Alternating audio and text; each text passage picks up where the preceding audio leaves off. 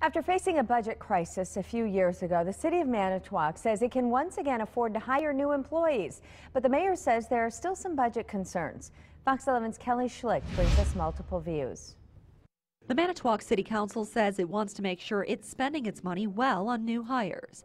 However, Alderman Chris Abel says the city can afford to lift a hiring freeze. Every year we voted on it, calling it a hiring freeze, when really what it is, it's an oversight by the council before we fill any position. It's not as if we have an actual hiring freeze. We are filling positions that are necessary. The hiring freeze had been adopted every year since 2012, when the city faced a budget crisis. Now the city council will continue to approve each new hire by a 2/3 majority. The measure passed 8-1. Alderman Jim Bray was the one member who voted no. I just don't think it needs a 2/3 majority.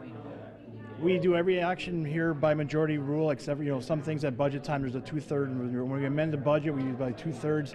But mostly it's all by majority. We don't need the 2/3. Majority would rule.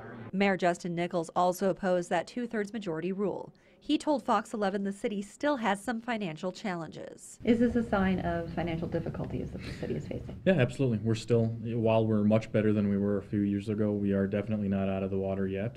And, it also shows the citizens that we take this seriously. Nichols says the city spends 75% of its budget on personnel, and it will continue to make sure all positions are necessary. Not everyone employed by the city of Manitowoc will have to be approved by the council, however. Seasonal part-time workers, for instance, will not have to go through that process.